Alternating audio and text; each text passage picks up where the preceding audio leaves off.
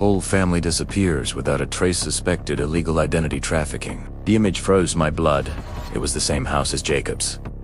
The faces of the family were different, but something about the girls was eerily familiar. They were almost identical to those in Jacob's photos. It was possible that all this had happened before a cycle. I called my contact at the morgue. I asked him to verify the records of similar cases. It didn't take long for Leo to call me back. I need something in the neighboring county 10 years ago. An identical case. Man claims that his wife and children were replaced, killed all three. Took his own life in prison. Had an M? Schompammer. Why? Because the newspaper clipping I found at home mentions him as the former owner of the same house where Jacob lives. The silence on the other side of the line was absolute. You think it is the house?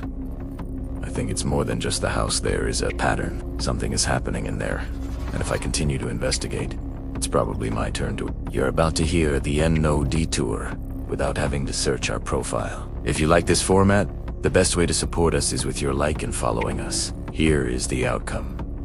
That night, I had a hard time falling asleep. I had nightmares I heard outside my window. Long shadows crossing the walls, even if the lights were off. I dreamed with the empty eyes of the girls that weren't real. When he woke up, I was sweating, and the radio in the car was still, off static, murmuring from the garage. Jacob's paranoia was starting to infect me. I went to the office that morning, determined to get to the bottom of it. I have been in contact with an expert in psychological profiles. I asked her to evaluate Jacob from another angle, not as someone who had lost his mind, but as someone who perhaps was seeing what no one else dared to see. I showed her the videos, the tapes, the photographs. She asked me for time. I went straight to court. I was not going to allow him to be convicted without all this information to come to light. As I was walking through the corridors, someone intercepted me, a man in a dark suit, glasses, and an inexpressive face. Mr. Ross, we can speak. Who are you? I represent an organization interested in the Cooper case. He did not identify himself. He only gave me a blank card. You have found things you should not have seen. Make the inks disappear. Withdraw from the case. Is that a threat? I'm giving you a way out. Not everyone is that lucky. Before I could answer, he was already gone. I checked the card. It was completely white, except for a mark printed in almost invisible ink. A circle with 3 crossed lines. I saved it. It was the first tangible proof that someone else was involved in this. I went straight to the psychologist's office. When I arrived, she was waiting for me with a disjointed face. I read, "This is no ordinary case of insanity." What do you mean? The gestures, the girls, their movements. I analyzed his gestures frame by frame. There is a pattern, as if they were following a choreography designed to fool someone. They are non-humans. I sat down, and the room spun a little. Then you think Jacob was right. I think it is deeper than that.